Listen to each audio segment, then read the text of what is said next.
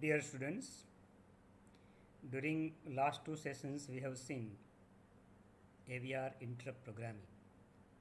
In the first session we have seen how to write interrupt programming with a C language.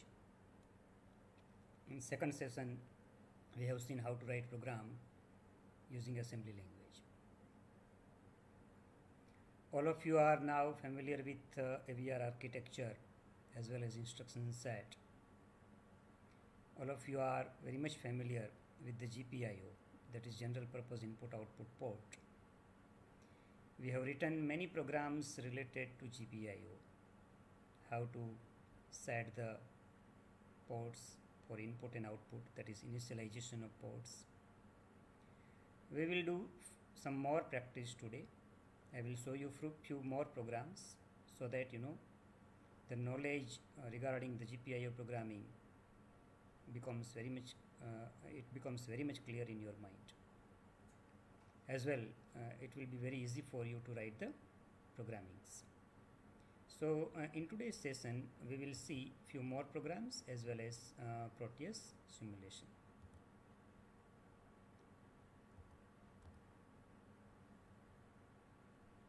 So basically since last few lectures we are discussing AVR on-chip peripherals and its programming. So today we will continue our discussion of GPIO programming, general purpose input output programming. So first of all I would like to show you this circuit diagram, which is prepared with help of Proteus software, and then after we will write a program for this particular circuit diagram.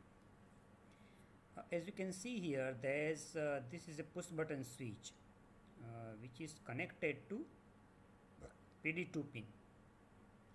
This is connected to PD2 pin. As per our discussion in last lecture, alternate function of PD2 pin is interrupt 0.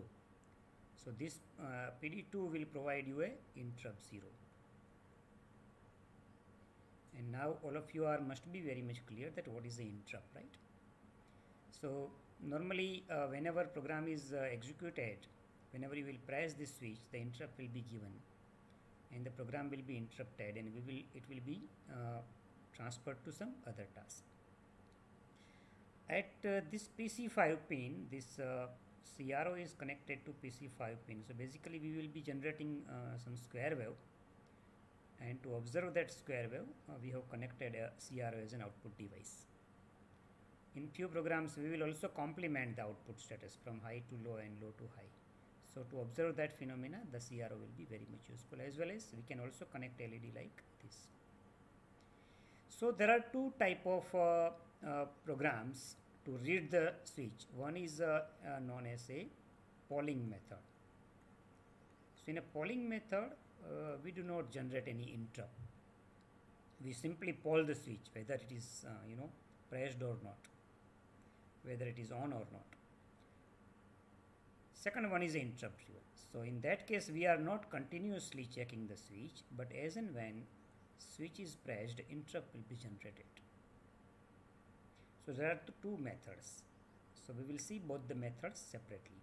First of all, let us look at the polling method. What is the polling method and the program of a polling method, and then later on simulation of the polling method. So our intention is to write a program to generate a square wave. Our intention will be to generate the square wave at port pin PC5. That means on PC5 we would like to generate the square wave. And to observe the generated square wave, we have connected CRO here. When we want to generate a square wave, if the switch connected at port pin PD2 is pressed. So what it says that whenever this switch is pressed, at that time we want to generate the square wave. If the switch is not pressed, then we don't want to generate any square wave. So that is the objective. And this program we will write using two different technique. One is a polling method, another one is a interrupt method. So first of all, let us look at the polling method. So all of you are now very much familiar in a GPIO programming. We initialize the port pins first of all. So here we have initialized CBI, that means clear bit immediately, DDRD, comma 2. That means here there is a mistake. This is actually a PD2 pin. So we are making this PD2 pin as an input pin. So that's why we have given this instruction CBI DDRD, 2. SBI DDRC, 5. That means we are going to make this PC5 as an output pin. So these are the data direction registers, and now I think all of you you are very much clear that in a data direction register, if you write 1, that particular pin will become output pin. If you write 0, it becomes input pin. So whenever you are saying clear, that means you are writing 0, and whenever you are saying set bit immediately, set means 1, so you are setting that particular bit. That means you are defining that particular pin as an output pin. This is an instruction which will check your input pin. SBIC, skip next instruction if bit is clear. So bit is clear, that is the full form of BIC. Which bit is clear? Then we can set PD2. So it will check continuously the PD2 pin, and after checking this PD2 pin, it will check, and if it is low, you know that it is a high level and this is a low level. High level means +5 and low level means 0 volt. So if it is low, we have to skip this next instruction and we have to execute next instruction after this. So which is next instruction? That is R jump here. So R jump here will take jump back to this level, right? So that means if this level is high, that means if it is a clear, then SBI port C, 5 will be executed. But if it is not clear, if it is high, then it will take jump back and again check the switch. So that means our switch which was connected to our port PD2, so this is how our push button switch is connected, and this is connected to PD2 as per our circuit diagram. So if the switch is not pressed, that means the level at PD2 will remain high, and if it is high, then R jump here will be executed. So now it will continuously check the switch. So this is called polling. So this loop will work infinitely until the switch is pressed. So that process is called polling. So your microcontroller is tied into this infinite loop, right? So your microcontroller remains busy here to check the switch. And that is not the case with the interrupt method. In interrupt method, whenever you press the switch, interrupt will be generated and you can take whatever action you want to take after generating the interrupt, right? So you know, here it will waste a lot of time of microcontroller, because now microcontroller is now here busy, you know, to check that particular pin, whether that pin is high still or it has become low. So you have to continuously check that. So that is called polling method. Once you press the switch, what will happen? This PD2 will become 0 because ground will be extended. So if you press the switch, then PD2 will become 0. It will come out from the loop, and what it will do, it will set and reset the PC5 pin. Set and reset means it will generate the square wave. Again, it will check the switch. If switch is still pressed, then it continues to generate the square wave. So if switch is continuously pressed, then square wave will be generated continuously from the PC5 pin. So let's simulate this program with help of a AVR Studio as well as Proteus simulation software.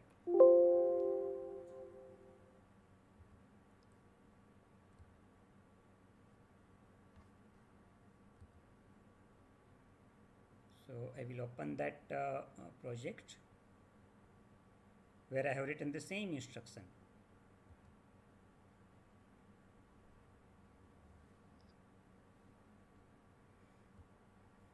As you can see, the same instruction is copied here.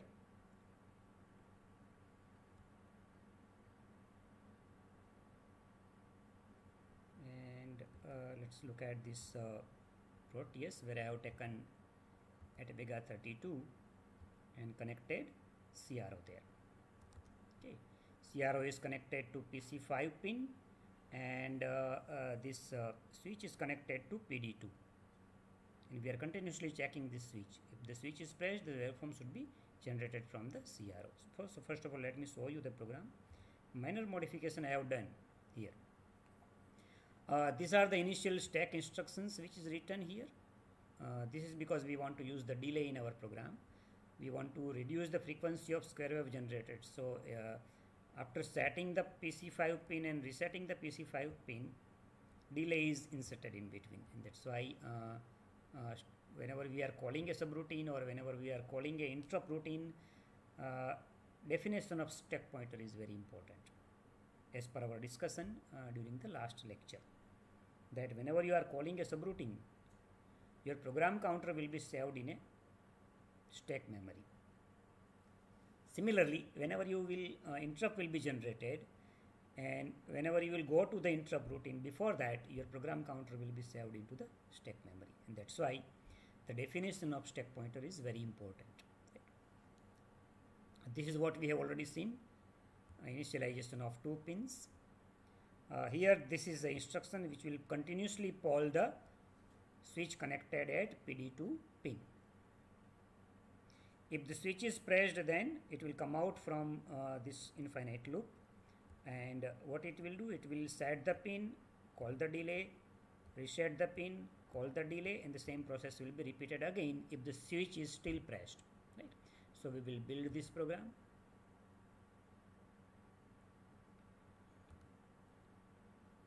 Once we build this program, we will specify this program here in this board. Let me check. Our program was monitor switch, and let's look at the hex file. Okay, it is recently now generated. So let me open this hex file and specify it for this hardware. Okay. So after specification, I can run this program now. I can simulate this program, run simulation. So at present you can see that the first channel is connected to the PC5. No square wave is being generated from this. Now I will press the switch, and you can see the square wave is generated. Let me change the timings so that it becomes visible to us.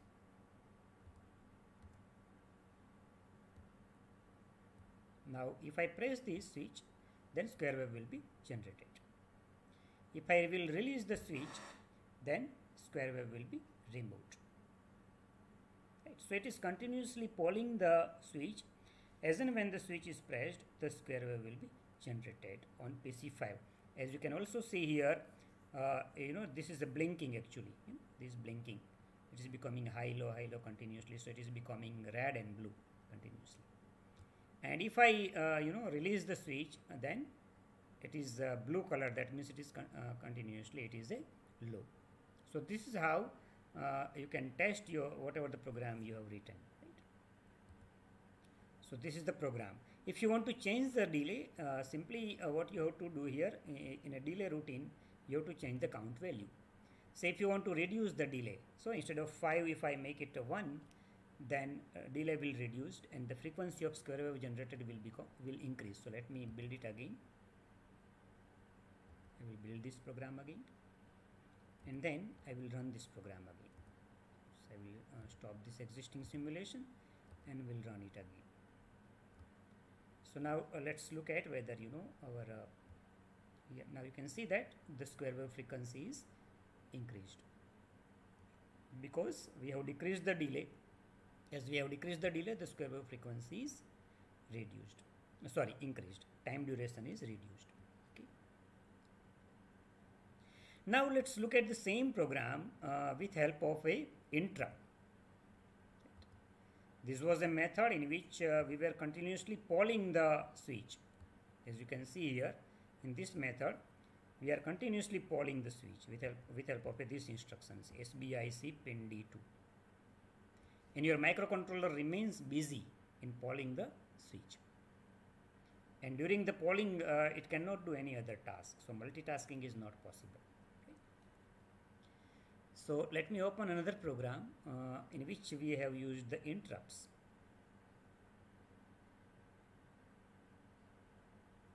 Let me open this program.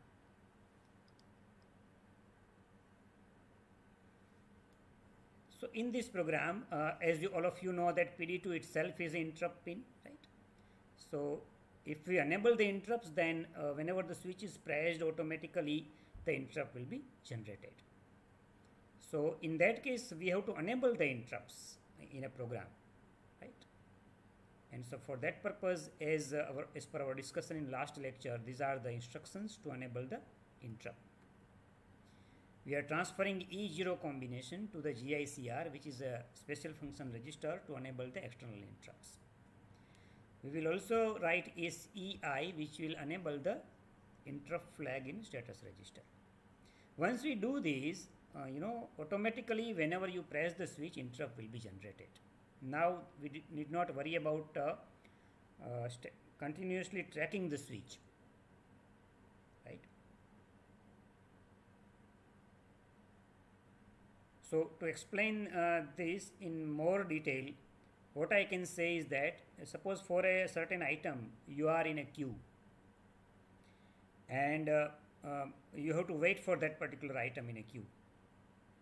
In prevailing situation, I can tell you the injections, let's say remdesivir injections, which is very much useful for nowadays for the treatment of the patient.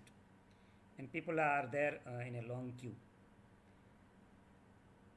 And in that case, they don't know when their turn will come, so they have to wait for the injections there. But instead of that, if there is some system like the token are issued, that you get the tokens initially, do the online booking, the token number is given to you, that's your number is 555, and whenever your turn will come, the call will come to you that okay, come, your injection is ready, or your whatever the item you want is ready, you come and collect it. So in that case, it will save a lot of time. You have not to wait continuously for that particular item. As and when the item is available, the person will call you that okay, you can come and collect your item. So that call we can consider as an interrupt to you, and that's a good interrupt because that things you want and it is there. So, but your time is also not wasted there. Otherwise, you have to physically stay over there in a long queue, right? So in this case, we are not continuously checking the switch, but just we are waiting in a inside this infinite loop. And inside this infinite loop, you can take some other task from the microcontroller. Microcontroller is busy. So if you write some code here in between these two lines, that code will also executed by the microcontroller. So your microcontroller is free to do some other task. But in previous case, your microcontroller was tied in a continuous loop. It was just polling the switch. So it was doing the repetitive task of continuously monitoring the switch. When the switch will be pressed, and I have to generate the square wave. Here, it has not to do that task. So as and when the switch is pressed, the interrupt will be generated. Your program will jump to location 0002, where from that location you take the jump to the device, and then in a device you are writing a program to generate the square wave. Right? In a simple program, I have written to generate the 256 cycles of square wave. So FF is loaded to R20, SBI, CBI. So SBI will set the pin, CBI will reset the pin. Decrement R20, so it will decrement R20, so first cycle is generated, now generate the second cycle, and like this it will generate 255 cycles and then come out from the interrupt routine and go back to the main program. So let me build this program and then let us run this program on the Proteus.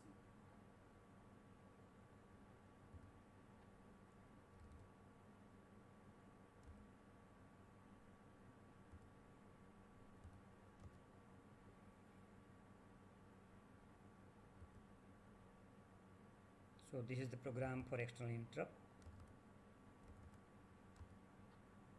And now I am sure that concept of external interrupt is very much clear to all of you. Right? So we have just defined that X file for this particular hardware, and then after we will run this program.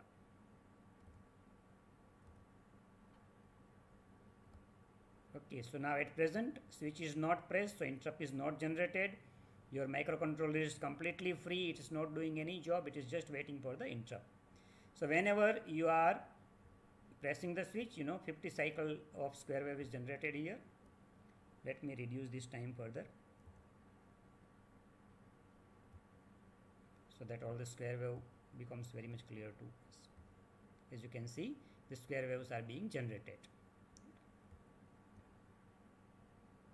Let me further, because we have not used here any delay, so the frequency of generated square wave is higher. So whenever we press the switch, square wave will be generated. As and when we press the switch, the square wave will be generated. And then after microcontrollers is free. It is not continuously polling the switch. In previous case, it was continuously polling the switch, so microcontroller was busy. In this case, microcontroller is free. Just as and when the interrupt will come, it will generate the square wave, and then it will be continuously free. Okay.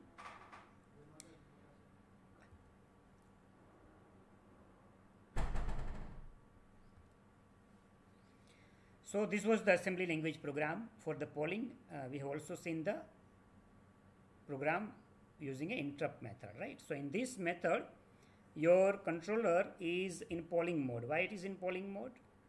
Because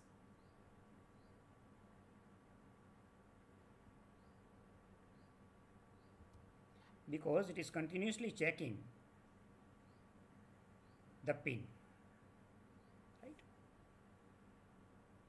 So it is in polling mode.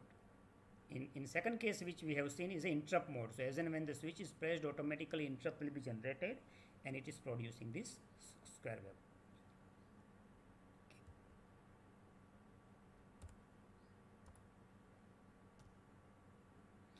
Then let's look at one concept of debouncing of push button switch. So any switch you take, push button switch, it produces the debounce. So for example, if you have a switch like this, and another end is ground, and this is, let's say, plus 5 volt. When you do not press the switch, it is at logic 1 level as shown here. When you press the switch, actually your intention is to produce a very clean pulse like this, from high to low and low to high. But actually it is producing this type of a spike. So instead of this, it is producing this type of a spikes, which is called bouncing. So all mechanical switches, because of its mechanical property, it produces this such type of a bouncing. So you have to remove this bouncing before you give this signal to the microcontroller. Even though the switch is pressed once only, but your controller will recognize that switch is pressed 2-3 times. So you have to prevent this type of a bouncing, and to prevent that bouncing, we can do it by hardware or by software. So if you want to use hardware to prevent the bouncing, then that hardware is known as a debouncing circuit. So here this is a debouncing circuit using a monostable multivibrator. So in a monostable multivibrator, at the input, if you give a pulse like a bounce input, let me draw it here. So at the input, if you give like this,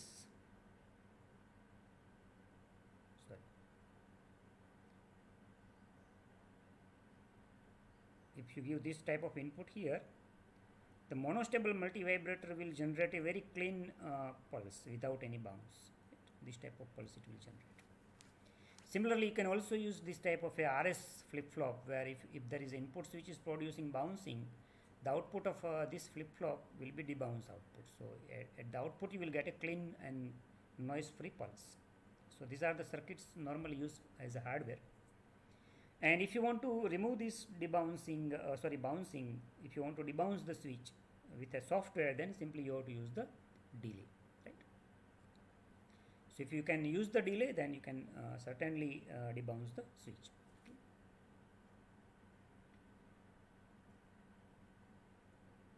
So this is one more program in which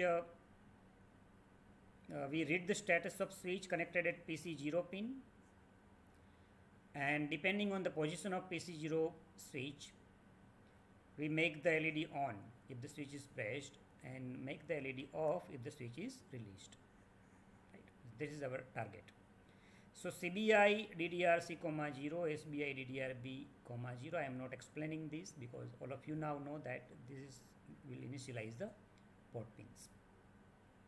And I am very much sure that you are declaring this as a PC0 as an input pin, so you must have connected the switch there. And PB0 you are declaring as an output pin, so you must have connected LED there, it is output device. SBIS pin C comma 0, skip next instruction if bit is set. If PC0 pin is high, then we want to skip the next instruction. Otherwise, you want to execute the next instruction. And what is next instruction? That is R jump device on.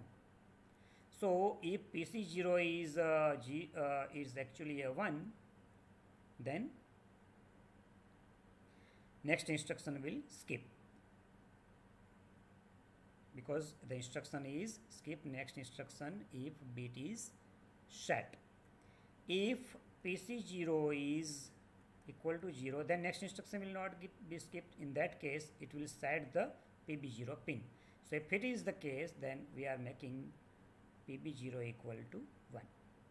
And if it is not the case, then we will take a jump on device on, and in a device on it is called CBI port B comma 0. So in that case, we are making PB0 is equal to 0. So if your LEDs is connected in a common anode format like this,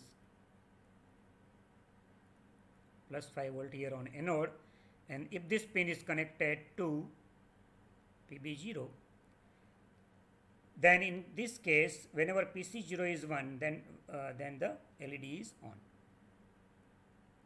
because PB0 is 0. So this is a 0, so LED will turn on.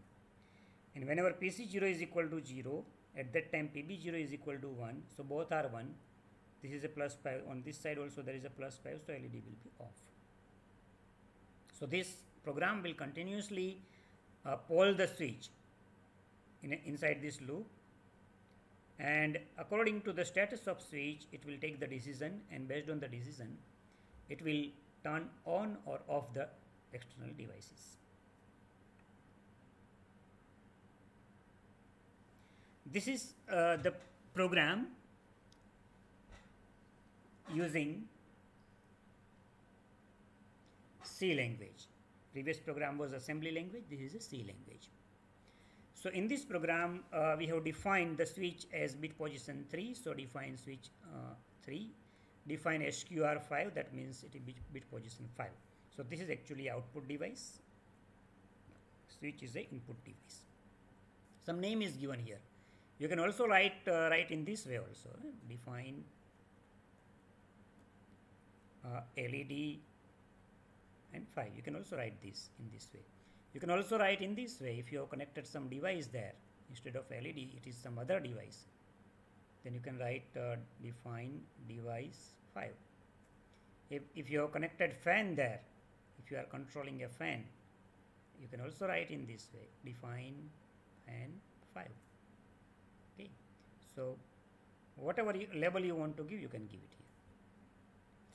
here. Then we say that DDRB equal to DDRB, and this is a complement sign, 1 shifted to switch. Now let's understand this.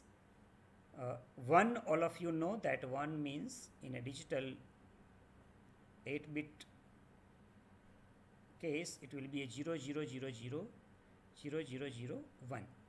1 shifted switch time means switch we have defined 3, so this 1 will be shifted left by 3-bit position. So this 1 will come here, 1, 2 and 3, it will come here. Okay.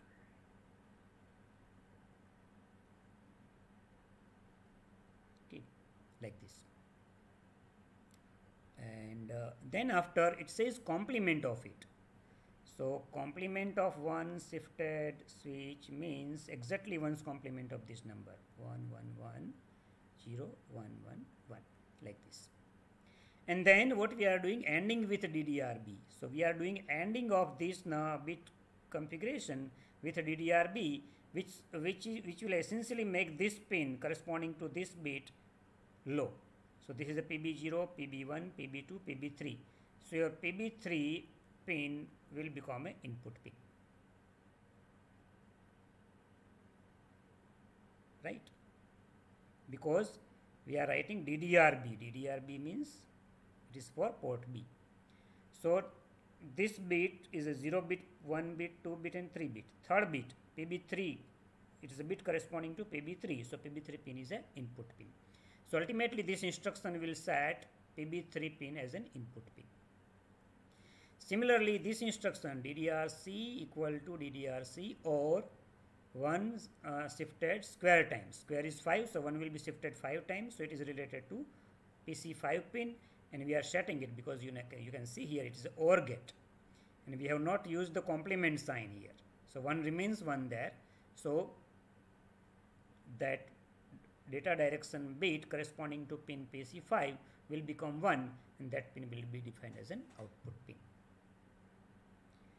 Please remember this. During the next lecture, I will ask you one by one the C language instruction to set and reset different IO pins. So please study this well. During my next lecture, I will ask anybody during the meeting that what is the instruction to set particular pin as an input or output. So now inside the while one loop, we continuously check the switch.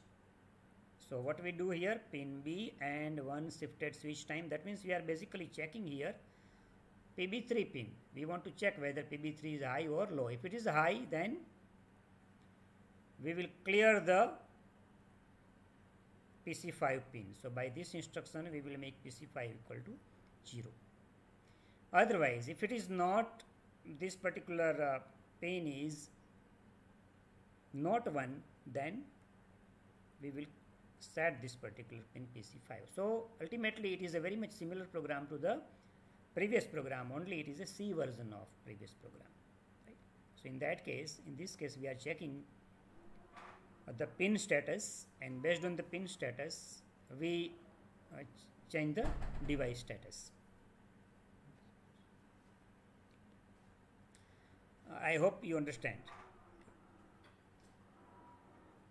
Okay, this is a very simple program which we have discussed many times during the assembly language discussion, and it will be very easy for you to understand, of course. And this is a delay routine, and all of you now very much familiar with delay routine, so I will not repeat it here.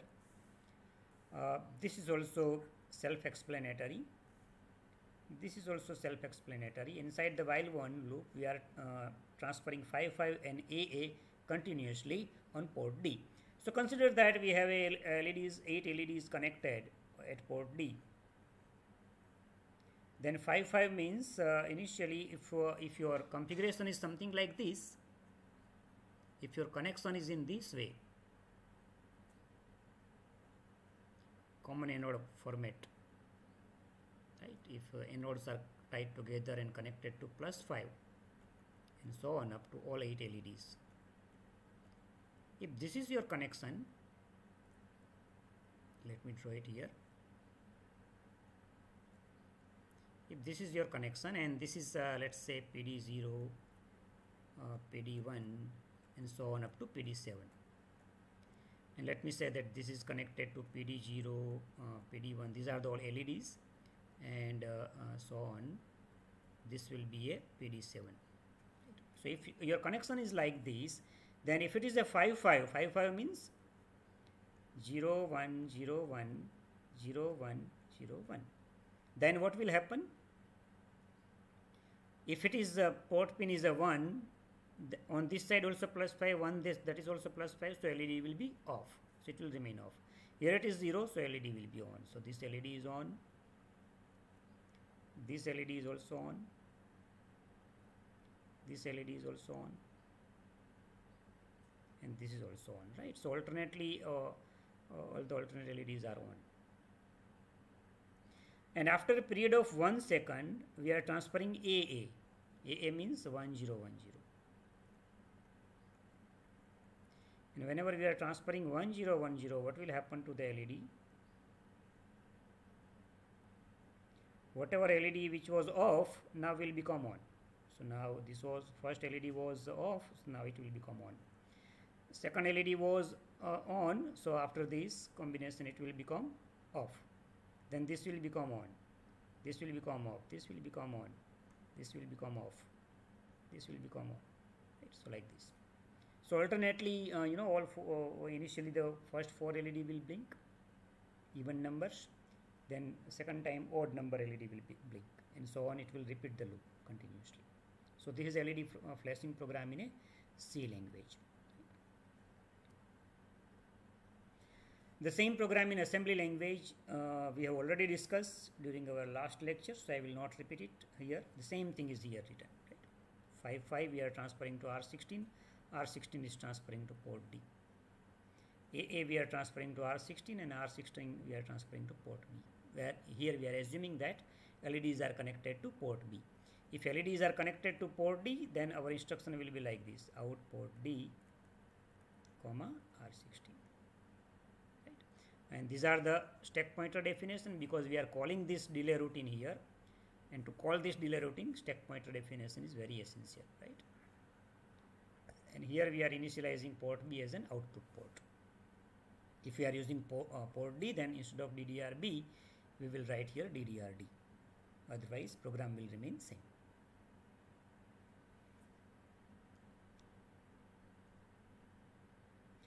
This is one more program in which we have interfaced the DIP switch. All of you must have heard about the DIP switch. It is there in a motherboard, in microcontroller board, microprocessor board, inside the laptop motherboard, PC motherboard, then PLC motherboard, everywhere DIP switch is there. It is useful for the setting purpose. It will set the bits to 1 and 0. So we have connected here this DIP switch to port C. As you can see here, this is the port C. So our DIP switch is connected to port C. And the 7 segment is connected to port B. 7 segment display. It is connected to port B. And we want to display the status of switches on the 7 segment display. Right? That's actually our task. That means if the switch is a 0, 0, 0, then 0 will be displayed, 0, 0, 0, 1, then 1 will be displayed, 0, 0, 1, 0, then 2 will be displayed, and so on. That is our task we want to do. So this is the program for that purpose. I will explain you this program. These two instructions are again to declare port C as an input port, because we have connected DIP switch there. These two instructions are to declare port B as an output port. We are transferring FF there. Here we are transferring 0, 0 there. This is actually for a lookup table. In earlier program, we have already discussed the lookup table in detail. So in a lookup table, we have a 7 segment codes are placed here. This is a code for 0 digit, 1, 2, 3, 4, 5, 6, 7, and so on. Right? This is a lookup table, 7 segment code is there. And this is the memory pointer which is pointing to the lookup table. Initially, we will read the status of dip switch. So that's why we will read the content of pin C. And immediately after reading, we will mask it with this bit combination 0, 0, 0, 1, 1, 1. In hexadecimal also we can write it in this way. Not in this way. Let me remove it.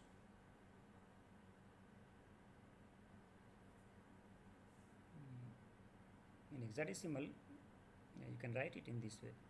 And I R16 0x 0f. Because we are using only 4 pins of port C, that is PC0 to PC3. That's why upper one is masked actually. So only lower 4 pins are useful to us, right? So that's why we are masking. And then we add it to the memory pointer. If the content is 0, 0, 0, then of course naturally R16 would be 0, and the first code will be taken and 0 will be displayed on the 7 segment code, right? If the content is of the switch is like this 0, 0, 0, 0, 1, then what will happen? the 1 will be added to the ZL. So when 1 will be added to the base memory pointer, this code will be taken up, and this code will be transferred to the R17, and we are transferring R70 to the port B. That means this code we are sending to the port B, that is where 7 segment display is connected. So 1 will be displayed on the 7 segment.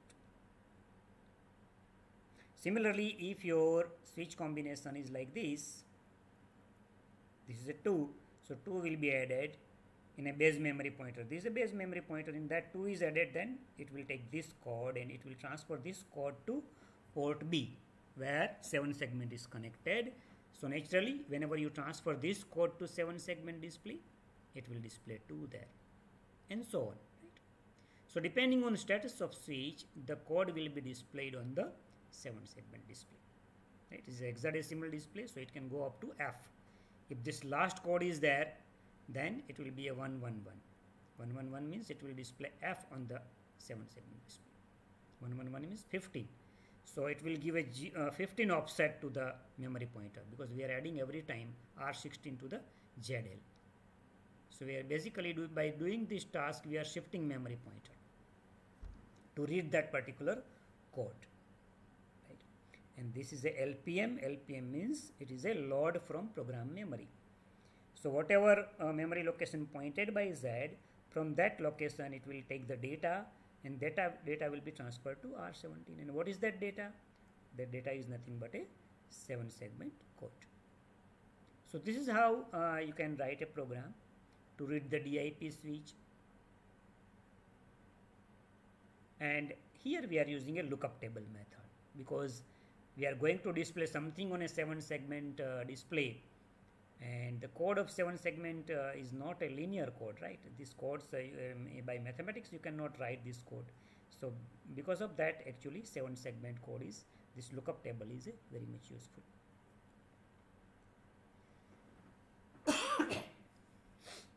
And this is for common anode 7 segment display. So this code is for common anode.